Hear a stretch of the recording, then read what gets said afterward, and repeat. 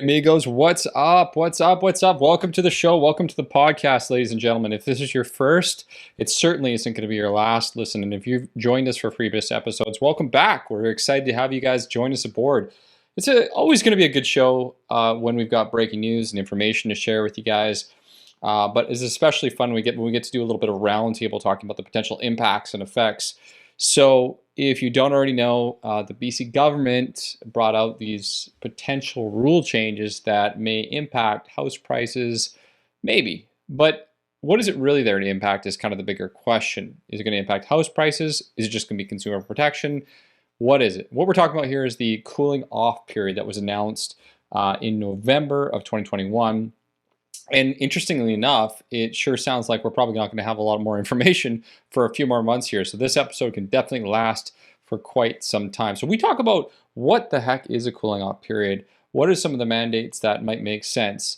When will it take effect? Will it impact prices? Will it impact your lending options? A whole bunch of fun stuff. So it's a really good episode, a really good roundtable, and I'd love to hear your opinion. So I'd invite you guys to send us a message at the YVR REMO Show or at Thrive Mortgage Co. on Instagram, because that is where we're at, and we'd love to hear from you guys. What do you think the impact of the show is going to be? Share our episode out so more people can listen to it if you can. But before we get any further, listen, man, I ask you guys every time, the one thing for entry is a 5-star review. Well, actually, any review, but we'll take a 5-star review. We'll be very appreciative. Either way, the one thing is, give us 2 seconds of your time. Leave us a little review on Apple, iTunes, Apple Podcasts. If you're on Apple, it's very easy to do. Or if you can go online, you can just search Apple Podcasts and leave us a review. And we actually have a review of the week that I'm super pumped on. And it comes from a gentleman named Landon E. He wrote down, "It's an amazing team of mortgage and financial professionals who are geared to educate anyone with a clear and straight to the point podcast." With clear and straight to the point podcast, I have been able to learn and stay informed with the fantastic content that they deliver. Well, if I didn't fumble through that too much, Landon, I just want to say thank you so much for leaving the review, and I'm glad that we were able to impact you. And we're excited to continuously help you going forward. Make sure to send us a screenshot so we know who you are to our Instagram channel at Thrive Mortgage Co. or at the YVR REMO Show, so we can send you out some coffee and mugs. And yeah, really appreciate that, man. So if you're enjoying the show, leave us a message, send us a DM. And of course, if you want Thrive Mortgage Co. working on your side because you want to make better financial decisions, then send us a message either way. Anyhow, enjoy the episode. On the other side, BC cooling off period. We'll talk to you guys soon.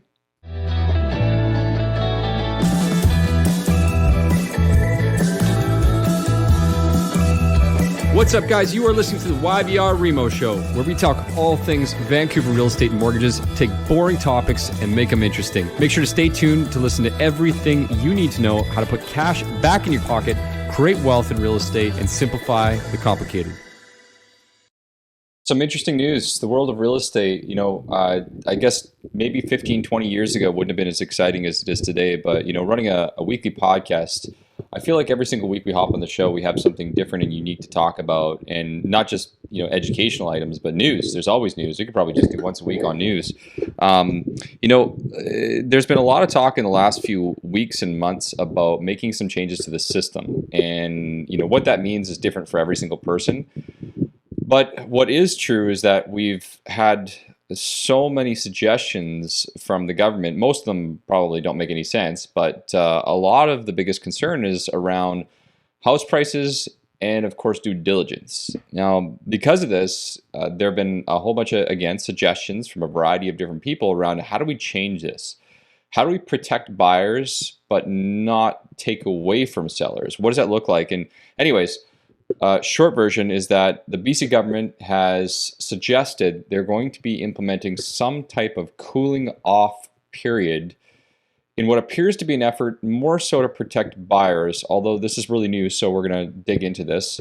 So let's just dig into it, guys. What exactly was announced? We'll talk a little bit about, who this is going to impact immediately, what we know and what we don't know, and what we think the intended outcomes and non-intended outcomes could look like. So if you guys want to hop in and maybe just jump in and talk about what happened first and foremost. Just to kind of do a high level on what this all means is a lot of times these are referred to as a subject period. So in a normal stabilized market, not the market that we live in today, if you write an offer on a property, you'll typically request 5 to 7 days to secure financing, to do an inspection, to have an appraisal completed, to review strata documents, basically do all the due diligence that you need to do to make sure that you're 100% confident and committed to buying that property before you put up a non-refundable deposit. So in a perfect world, that's what we like to see. It gives everybody time to make sure that financing's in line, inspections are good.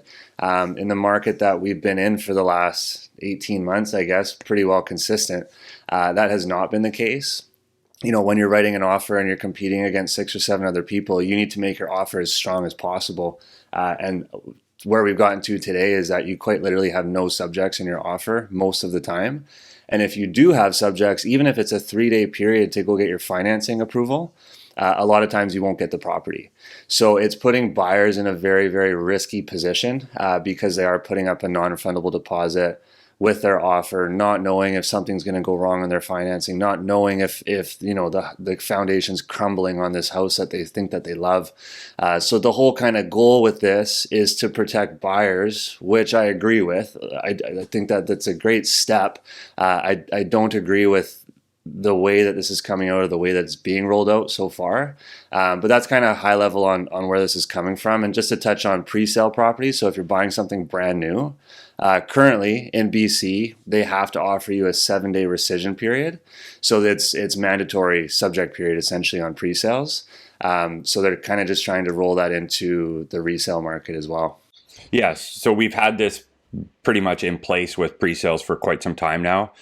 And it's, not understanding if there's going to be a deposit required. Like there are some details to still be released. So as of right now, if it is the same as how we have it in the pre-sale market, I would argue that it's more important to have this on a resale home, a home like to your point that could have major issues. That's it's not likely we're going to see these types of issues with a pre-sale construction. So I feel like the fact that we've had this in place for pre-sales has been great, but to your point, like I do agree with this. This is more important on a resale property, in my opinion, for all the number of reasons that you just listed off, and that could go wrong with a resale home. Yeah, I mean, so let's talk about that really quickly and what the rescission period is on pre-sales and at least a general overview as to how it works right now. So a pre-sale is typically, or not even just a pre-sale, but a brand new property. So it's not limited to just pre-sales. So it could be a brand new construction home, typically, or something that's not complete at this point right now. Ultimately, you make an offer on this property, and in some circumstances before it's even built, often before it's even built or complete. And because it is brand new and it hasn't been inhabited and no one's lived in it, it's not complete, you do have this 7-day period to do your due diligence, get your financing in order, make sure you feel good about the decision, make adjustments. Now, sometimes you have to bring a deposit in good faith immediately of 5% or $5,000 or $10,000. But ultimately, if you choose to walk away after that 7 days, you get that money back. So you do get the money back. But I think the big thing about having the deposit up front is the fact that you've basically shown the seller that you're serious. You have the money to do this, and you're prepared to do so. And one of the reasons I think that's worked out really well, just from a personal opinion standpoint, is it's not impacting anyone on the selling side. Right, so there's no seller that needs to move on to another property. There's often very rushed periods, lineups. You have to make a decision today. There's a lot of pressure from the inside sales teams, things of that nature, and we just know it's a huge decision for a lot of people, especially if it is sight unseen. Right, so I think that from a new build property perspective, it's an absolute no-brainer, and it does work to a degree. The biggest challenge with new builds is how they auction them off, and that's a whole other conversation. We won't get into that ball of wax right now. But I think the real intended consequence that I understand, and I think the confusion for a lot of buyers right now is that, we're talking about two things when it comes to a cooling off period. One, protecting a consumer from making a bad decision on a home in a rush at a price point that might not work for them, right? So basically bidding a high amount because there's other people that are there, which I don't think is going to make a difference with this. And the other situation, which is making sure the home doesn't have any major issues, or if there are major issues, they know about them. That consequence can be dealt with this. I think that is being managed, and I think that's a fair suggestion. But if anybody thinks that this is going to impact prices in a positive manner, I think they should think again. Oh, absolutely. And the purpose of this is to solely protect buyers. It's not to combat the pricing issue that everyone's talking about across the country. That the reason for this has nothing to do with pricing. It's 100% to protect the consumer. So to your point, if anything, I see this negatively impacting pricing, because what are you going to do to make your offer sharper? As of right now, in this market, heightened activity, it's been busier than we've seen in probably all three of our careers. We could argue that this is the busiest we've ever seen it. And people are making their offers more attractive by going subject free. We're seeing a lot of subject free offers. We've talked about this. We have a whole resource page on what to do in preparation to go subject free. It's not something we recommend, but it's just the nature of the market. You ultimately have no choice in some of these situations where, you know, a single family home has 15 people lined up to write an offer on it. So if we're in heightened activity like we are now, and this is now in place, this new cooling off period, what can you do to make your offer sharper? Well, you have a higher price. It's an even playing field now when it comes to timelines and subjects. And when you put yourself in a seller's shoes on that front, oftentimes, especially in busy markets like this, when you're selling and buying, it's different when you're just buying a home. Maybe you're a first-time buyer, but when you're selling and buying, you're typically trying to make these transactions happen at the exact same time, if you can, right? Now, if you go out and find the perfect home that you want to purchase, and you go to sell your house, and now you're in limbo for a week, not knowing if your sale is actually going to go through. And if it doesn't go through, you're going back to market, getting another offer with another week of limbo period. And it could just drag on and on and on, which could really cause issues for your purchase, right? So you just got to think of both sides of that when you're involved in a sale and a purchase transaction at the same time. Yeah, I think that's a big consideration. So, I mean, we've basically kind of covered like what is the idea of the cooling period, a little bit about the dates, and obviously some of the attendant consequences. And I think definitely we'll try to cover this from a few different angles here, and maybe also, you know, make sure to point some or put some light on some positive notes and positive benefits of this change. I think a couple things to keep in mind that we need to point out, and I want to echo this even though we hit this off the hop. The first thing is this is supposed to be unveiled in spring of 2022, which could mean basically any time up until June. So there's nothing that's going to change today.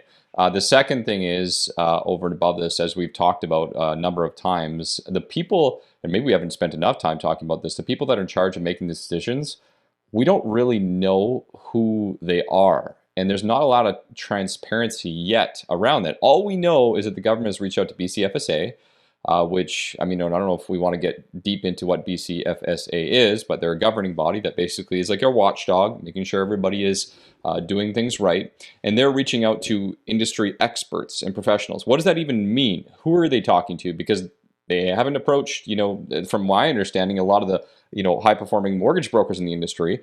They haven't approached, from my understanding, you know, a lot of the appraisers that are doing a lot of business in the industry. And, you know, ultimately, who are the people they're talking to? It doesn't have to be me, but let's hear some transparency around that and talk about it. Like, let us know who you're talking to or what these people look like, because that's going to change your decision.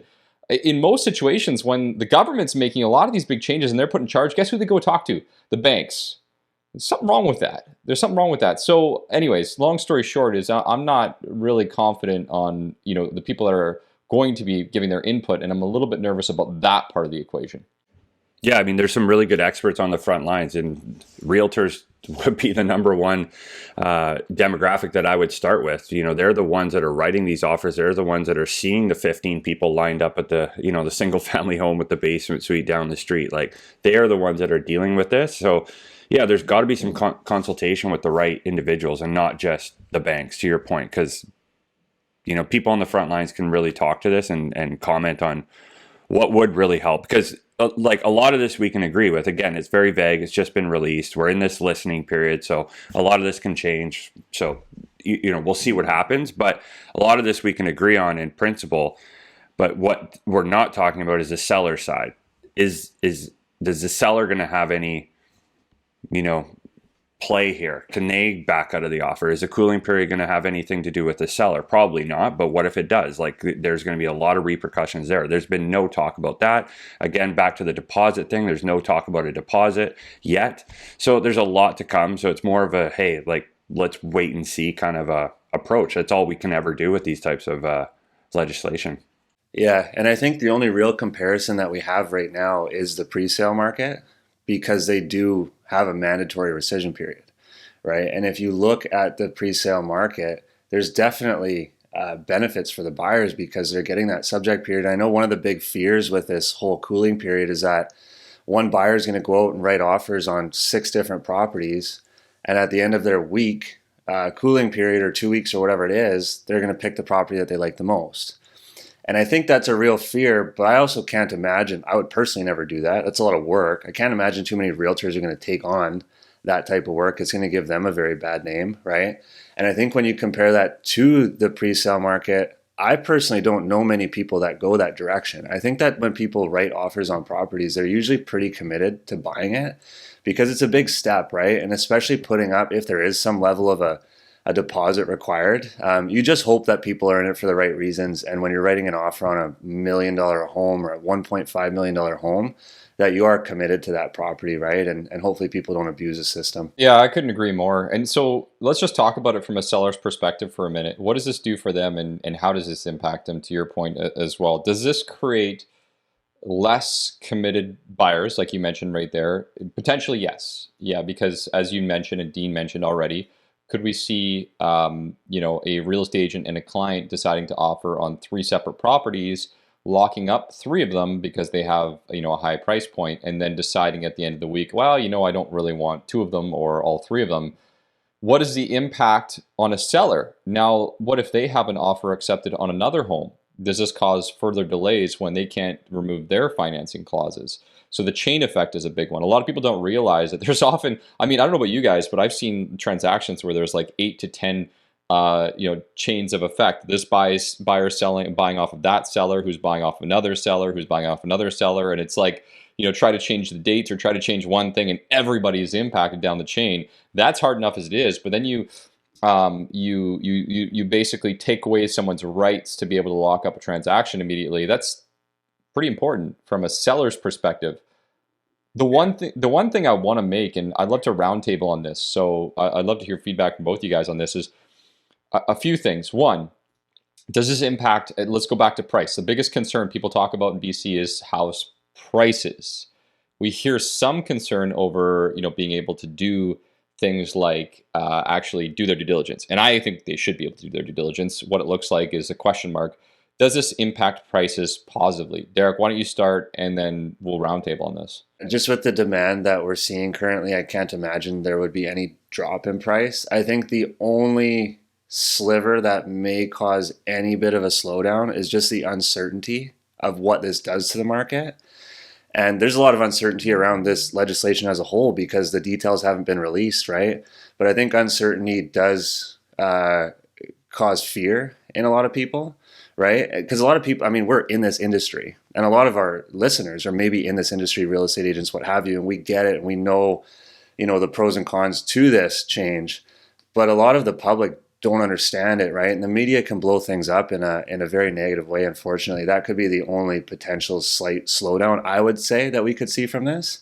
But exactly what Dean mentioned earlier is if you need to make your offer stand out and you are competing, if you're in a competing market, 100%, this is going to make prices go even higher because you're at an even playing field. Everybody gets a week subject period. You can't do a shorter subject period than Dean or Alex. I can't go no subjects even though I have cash to buy this house, right? Like I have to do that 1 week.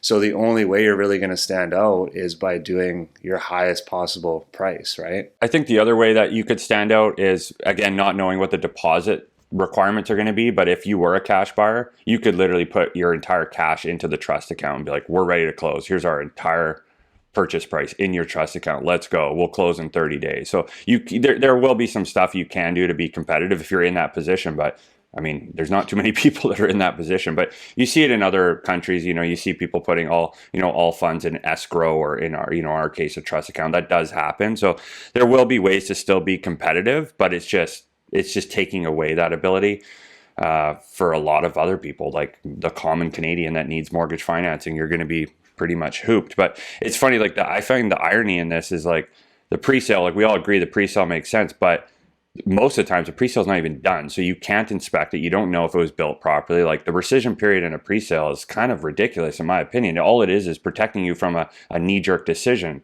Really, you're standing in line and you see all these people waiting to write offers, and then, you got 7 days to just think about your decision. That's literally all you can contemplate in that period of time. You're not inspecting the home because the home doesn't exist yet. And if a home did exist, we got the latest and greatest tech. Everything is built so. Like the code to build a home these days is just incredible. I'm building a small shop on my property, and it's unbelievable what I have to deal with to make this thing code, right? So like the way homes are built today are just so superior than the way they were built in 1942. So, you got 3 seconds to make a decision. Currently, in our current situation, you have 3 seconds to make a decision, the biggest financial decision of your life, on a 1942 DIY build that who knows what's in the walls, the asbestos issues, crumbling foundation, all kinds of stuff. So like, I think this is way more important. We need some protection way more on this product than a new construction. So like this is needed in my opinion. It's just how. Yeah, full circle here. I agree with all the points above.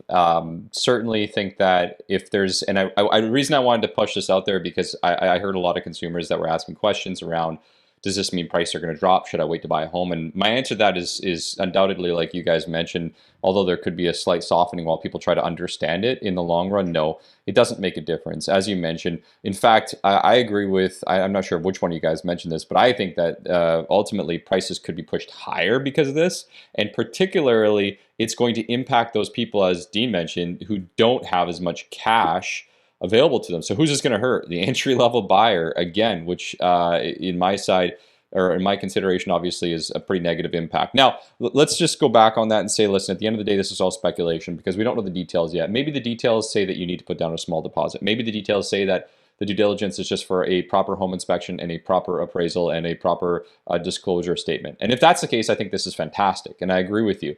How many times have we seen a client come to us from a second opinion because they purchased, as you mentioned, something like a heritage home or a home that has knob and tube wiring or poly B plumbing, and they bought it sight unseen, and they didn't realize that they were going to have to find a way to spend $30,000 to update the electrical or the plumbing or something like that before closing, when they just put every penny they had into this house because no one provided them with a proper disclosure or inspection ahead of time, which is, honestly, that's a whole other conversation. It's absolutely asinine to me that a real estate agent or a seller would not order proper strata documentation and property disclosures before someone's making an offer. I think that would fix a lot of these issues and problems, but it's definitely not going to fix price. So if you're listening to this podcast and you're looking for a pricing cool down, this won't be your answer. However, I'm all up for a consumer proposal. I'm excited to see what they have to say and certainly quite interested.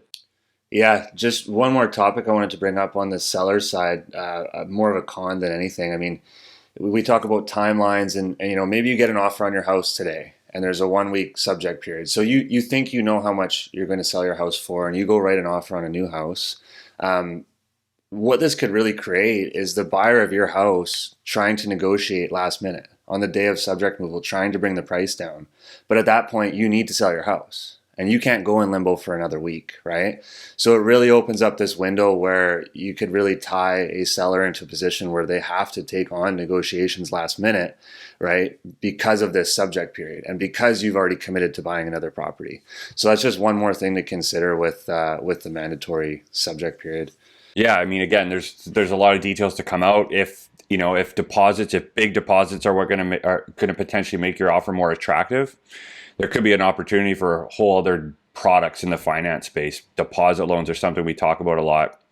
We utilize, maybe big deposit loans become a product that people are looking to access. There's a lot of opportunities that could come from this too. So from a business perspective, from a finance perspective, there is a lot here. So I'm just really interested to see how it rolls out, and I agree with a lot of it. Good news stories, because we don't want this to all sound negative, because I think it's just more real. As you mentioned, new business opportunities, new opportunities for different types of products, some potential consumer protection in regards to inspections and valuations of properties. We could obviously see, well, hey, listen, selfishly, we're mortgage brokers and high-performing ones, so we could probably definitely see more people come over to our end and look to work with a mortgage broker as opposed to that bank, because they just quite simply don't have the creative solutions and way to think about it. So hey, selfishly, that's interesting and good for the consumers, in my opinion, with more choice. But I think at the end of the day, again, the purpose of us hopping on here was to really kind of a broad overview, what you need to know, what's happening, when it's happening, and what's going on. But we want to hear from you guys. So drop us a message there on IG. You can find us at the YVR REMO Show or at Thrive Mortgage Co. And let us know, what do you think? Is this going to have the intended consequences of helping consumers, maybe changing prices up or down? What do you think is going to happen? Send us a message. Let us know, because we want to hear from you. And we can roundtable this again in the next few weeks once we hear new news and let you know kind of what's going to happen. Any other closing thoughts, guys, on this topic as we work our way through it? No, I think that was pretty good. We covered pretty much everything. They are talking about putting this in place sometime in the new year, spring, most likely. So, yeah, we'll continue to update everybody as we know more. Hey guys, as always, if you want to find out more about working with us, again, find us on thrivemortgage.ca, drop us a message, IG, etc., all those different locations.